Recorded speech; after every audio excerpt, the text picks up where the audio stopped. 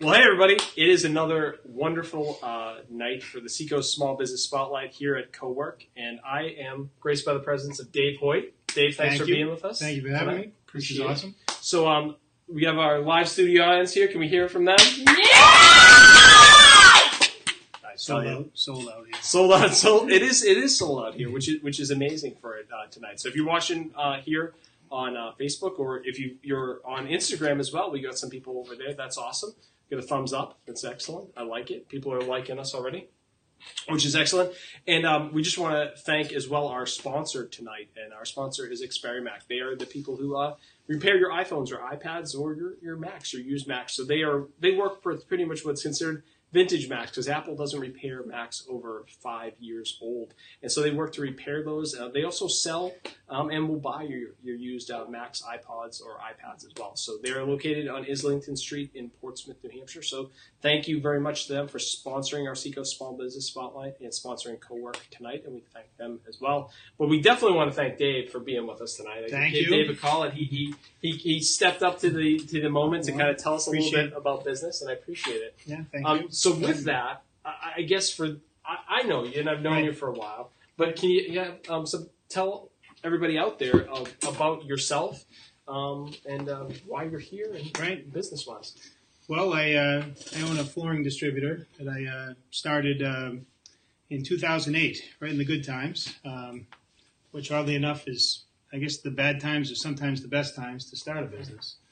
And it's basically, it's taken off from there. It's 10 years old now, and it's gone a long way. It's come a long ways. It's a very solid company, and we're doing well. And it's been a nice ride, I'd say. So nice. So you live locally, right? You live in Hampton. Right in Hampton. Right? Yeah. You get some kids as well. I do. I have 3. Yeah, I have a wife. Kids. There you go. And yes. You live support those local types of things. Right. Now, tell me a little bit. So you're in the flooring distribution business, but how did you get into that? Like, what's the genesis of that? You just say, I'm going to open up a flooring distribution, or was there something something that got you into that? I actually I transitioned in. So I actually started doing installation of wood flooring, sand and finish, in 1991 when I got out of the Coast Guard, and we had plenty of work, and I learned the craft right from there. And then in 94, I broke off, went on my own. And from 94 till 2004, I built a really nice install sand finish business. And, but boy, the one thing about the flooring business, the floor's down there. Yeah, it is. It's right. And it just beats on you. It's there. It's out, definitely. And it does beat on you. So I made the transition at that point to work for my supply house. I had a good relationship with these guys, and I went to work for my supplier that I'd been buying flooring from for 10 years. And I worked for those guys for 3 years, and in 2007 I left the company and kind of sat off on the sideline. And in 2008 I basically took my life savings and I started Seacoast Floor Supply. There you go.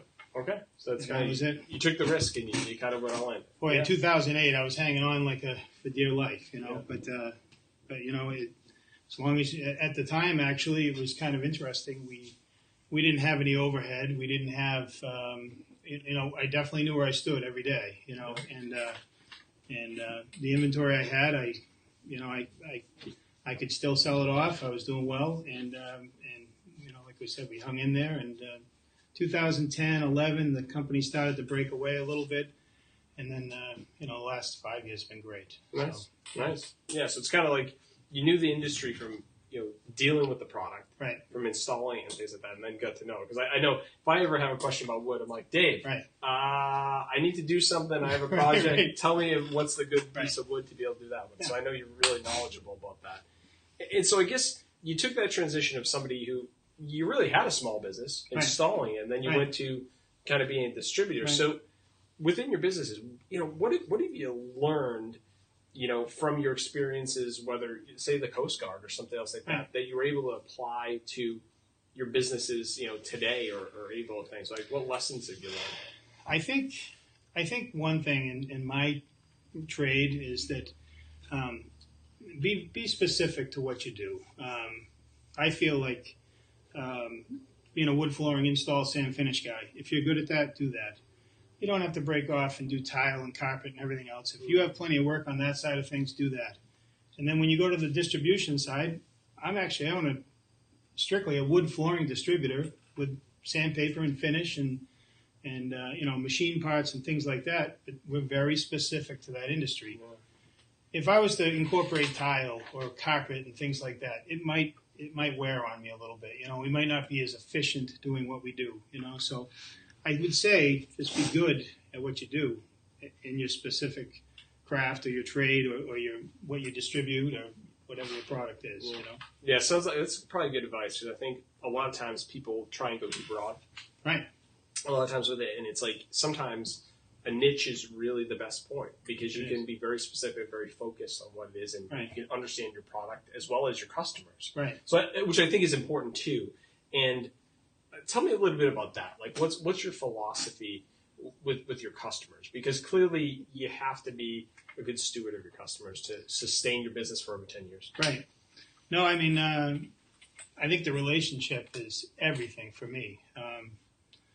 The guys that I sell to, I was there with them doing exactly their job. So they know, and they know that I know their job, and the products they're using, I'm familiar with them. And believe me when I say they get in trouble, I'm also the first guy on the job saying, okay, this is what you need to do to get out of this mess, And I think that, that's something I'd say is just have that great relationship. You don't have to be everything to everybody. Just be great to the people you service, and it pays off, and I think, and it creates loyalty. And then, my business is a very competitive business with other distributors, but we have the relationship. And that's why we can be the little entity that we are, up against a lot of bigger companies. Right. No, I think I think anytime you have a relationship with your customers and then continue doing the right thing for them, type of thing, I think is super important with it. So I guess you sit here now, you're 10 years later, after starting in 2008. If you could tell yourself something, maybe tell yourself something 10 years ago, or tell yourself something when you first started your installing the flooring, what would you tell yourself about, given what you've learned now? What's the advice you give yourself? What would I tell myself? Back then. Know what you know now. Probably, one thing, don't sell wood pellets if you're a wood flooring distributor. Okay, there you go. That's very valuable information. So for those of you out there, if you don't just sell because wood, it's a byproduct of wood flooring doesn't mean you need to distribute it. Okay. Because tell us, unpack that for us. So what's the lesson there? Upon being concerned in 2009, 2010, I had this grand idea that, well, if the wood flooring thing doesn't work out, we can always sell wood pellets. It's a byproduct of wood flooring. And so I built this new truck that takes a Moffett that goes on the back, and I'm buying these pellets, and flooring took right off. And next thing you know, I got these pellets laying around. And I think I spent more time just trying to get rid of them than it actually ended up. I never made $1 on it. It ended up costing me probably, $30,000 because of the truck and the Moffett and all the crazy stuff that went on it. So I did learn just, stay focused and stay with the things you know best. Sometimes things seem like they're going to work a different way, and they don't, but you do what you know best, and that was wood flooring at the time, and it still is. Yeah. And so, but that's one case. But but I think it's valuable information, right? Because I think so many people try to be something they're not. Right. And they say, well, if I do this, then I can do that. Right. I mean, you'd say any industry, you can use that same example. Right. You think the grass is greener on the other side sometimes, when in fact you're doing something on a regular basis that you're really good at, and then you try to do something else. Like, all right, well, that didn't quite work out, So you have to go through the grind to actually make it work. Right. So That may be one of your best lessons learned, we'll say, which is a good one. I think that's probably, It's just an example. I'm sorry. It's very specific though. Like, don't buy wood pellets. I think it's good. Even though you have a byproduct. I think you can apply it very well. I think coming back to that a little bit in terms of your business. So why'd you want to work for yourself? Because it sounds like you kind of went to work for yourself. And then you kind of went to work for somebody else, and then you went to work for yourself again. Right. So I think sometimes people, when they're starting a small business, have that desire to do it, but they're not sure the why. And I think sometimes, what was your why? Like, why was it work for you? Probably on the installations, the earlier stages of my business, when I was installing and sanding, that was more of like, back then it was kind of neat. You could do you start off doing side work. You work for your boss all week, and then on weekends you sand floors or whatever, and you try to get something going there, and then so I would say in that case it was more something I kind of fell into, but once I got onto the distribution side, when I made the transition, went to work for somebody, I really started looking at that side of it, saying, well, this is a good business, and this is a better side of it.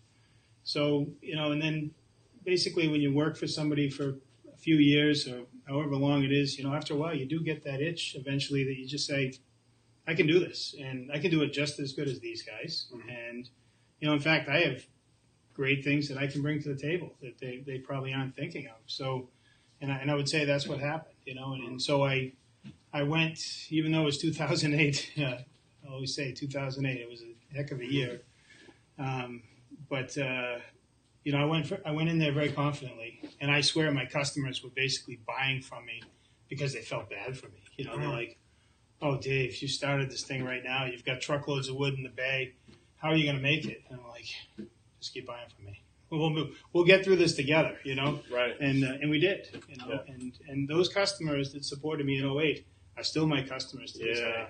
Yeah. I think it's such an important thing. Right. It's like they helped you when you had the need, right? And clearly, if something happens to them, you're gonna be there for them. I carry the receivables. Anytime guys are in trouble, I'm one of those guys. If they have trouble, and they can't pay bills, and I'm their biggest debt generally. Yeah.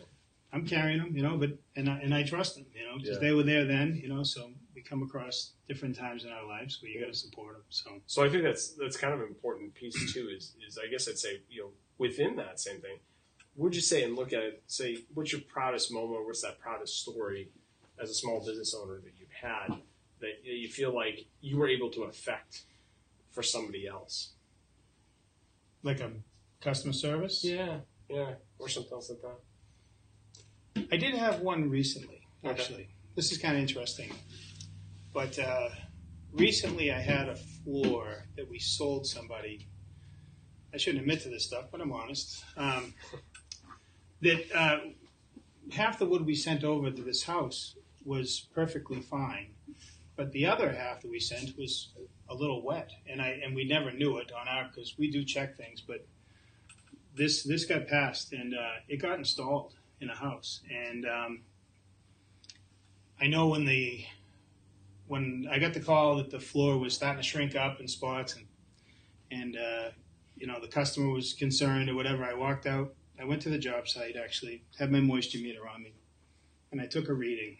And it was all over the place. It was 14%, 8%, moisture reading in flooring. And I know they said, what's the fix? And I go, rip the whole house out. And they're like, it's 5,000 square feet. I go, I know it is, but the problem's not going to go away. Right. And the builder, who's a very local guy, actually said, I've never seen anybody deal. I said, I get it. I go, but the problem's not going to go away. It's only going to get worse. Yeah. Your customer's going to get more mad. Yeah. Let's just deal with it, And it stinks that it happened. And actually, I sent my trucks, both of my trucks, to go pick the wood up in Maine. And we brought the new material back, checked it all. Checked it all. It's never had a problem like that ever in my career. But this was just recently, actually. And, we made good on it. That builder says, he goes, I've never seen anybody deal with a claim that fast. I go, it wasn't going away. You deal with it, you pony up, The mill reimbursed me for the mess that they made, and it wouldn't matter if they didn't. I was still going to make good on this, Right. and it panned out. Yeah. So, I think that's important because I guess the word that comes to mind is integrity. right. Within it, and I think that when you have integrity within business, I think it's extremely important to have, and you can't fudge that. No. You can't say, well, I have integrity, and then you go ahead and you don't do the right thing. Right. I think that's a great example. Well, you can take a bad situation Yep. and make it look great. Yeah. Just by dealing with it. True. If you're honest with people, there's only so much you can do. I don't know every single stick. We have 250,000 square feet of flooring in my shop. It's like I can check it all over the place, and I will know that the moisture content is between 7 and 9 or 6 and 8, but you never know. Right. And then 3 pallets of flooring sneak into the building that are reading, whatever, it's 12%. Well, guess what? It's a mess. Right. Right. And you make good on it. Right? I guess that's the biggest thing to be able to do. Yeah, Right. Respond quickly to it. Right. So clearly that's a great example of great customer service and doing the right thing. I think when you take pride in that just goes to show who you are. Right. I think the other part is, it's a small community around here and things like that. Like, how do you give back as a small business? Sometimes we ask businesses that because it's like, you see that and what do you do? Like, in whatever way. Yeah. Actually, usually if any town or team in this town of Hampton, I certainly, if they ask me for a donation or they want me to sponsor something, I'm always right there. I love doing that, actually. I love sponsoring the softball, anything, soccer, wherever. Anybody that needs something, silent auction items, there's a fundraiser of some kind, I'm always donating, 150 square feet of pre-finished flooring or something, I do that all the time, actually. And so it's I love doing that, actually. That's my favorite part of my job, actually. Sure. It's just, somebody asks for something and they need it, just give it to them. It's a fun part, I think, to give back to it. Right. And I think that's an important piece is, you are in a community that's, just as you said, Right. there's guys who are installing flooring who are supporting you in those times, and they might have kids on a team, they might have something else and you're helping them out, which I think is important. So I'm going to jump to those fun questions. Like I said, I gave this one to Dave already early because he's like, "What are you talking about?" Type of that. I was like, "I got to think about this one." So oftentimes I'll ask some of our entrepreneurs that are here, like, "Hey, so what if you had a sign on the Seacoast? What would you put?" But I asked you a little bit different.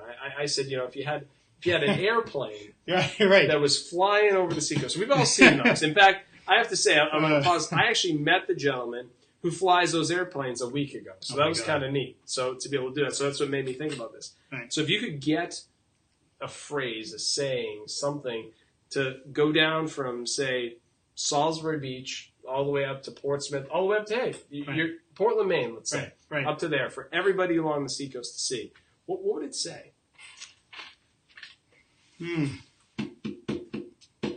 Be honest, be humble. Okay. That's good. That's it. I have to say, that'd be a real interesting one to see that one go along. That's it. Dave Hoyt, Dave Hoyt. That's it. That's it. Yeah. No, I think that's it's deep though. I have to say that's deep. Yeah. I hit you they hit you with a left hook. You did. Right. But I think that's a super quality. Right. Because I think you spoke to that being honest to say, look, within the example you gave of your proudest moment is that, hey, it got past us. Right. You got a customer who's not happy. I'm going to take care of it. Right. And I think being humble is important too. It is. It's a huge one. Unpack that for me. What does that look like to you when you say be humble? I do business with a lot of people, and I see people that beat their chest and run around and tell me how much money they're making. They can't pay their debts. I shouldn't say that. I mean, people struggle to pay sometimes, but then I see very quiet people just coming in, running a nice, clean, efficient business. They're not making a big ruckus. They're just doing what they're doing, and they're being honest. They're paying their bills, and they're making great livings. And I feel like sometimes if you, be grounded first, just be humble, run a nice, clean little business, start small, grow incrementally, and over time, when you hit singles all day, eventually you build up runs, right? Sure. That's a good one. I like that. You can put that could be the next plane. Oh, right? That's the next plane keeps coming through and says, oh, okay, yeah, I get it. Yeah. Do we put one party in the driveway on Friday? Yeah, you can have whatever you want. You have like 3 planes go and you got to things like that. No, but no, I think it's important. I think it's interesting.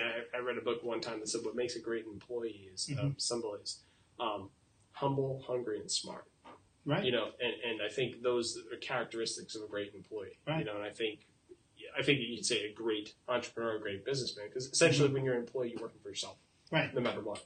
Some people say you don't really have a job, but you're still going to work every day. Right. So I think if you exhibit those characteristics, you're looking for that same thing in your employees as well, and the people you work with. So awesome. No, I like it. That's good. I like it. Any other things you want to share with everybody before we wrap it up? We're right on time here. We usually 20, 30 minutes to be able to do. So I want to thank you very much. Thank you. Thanks for coming on tonight. I appreciate it. Like to have it. Awesome. So I want to thank Dave Hoyt for being on here tonight. We've got a thumbs up. I see it. I see it there on Facebook. We got a thumbs up. Yeah, we got thumbs up. It's good. What did my wife say? I don't know. I'm not going to go there with that one. I stay away from those types of things during these conversations and things like that. Try and stay safe, staying safe. Stay safe with us. So thanks for everyone for joining us tonight for the Seacoast Small Business Spotlight. We want to thank Dave Hoyt for being here. Thank you. We want to thank our sponsor, Experiment as well, for sponsoring us tonight. So have a good night, and hopefully we'll see you next month for our August Seacoast Small Business Spotlight. Take care.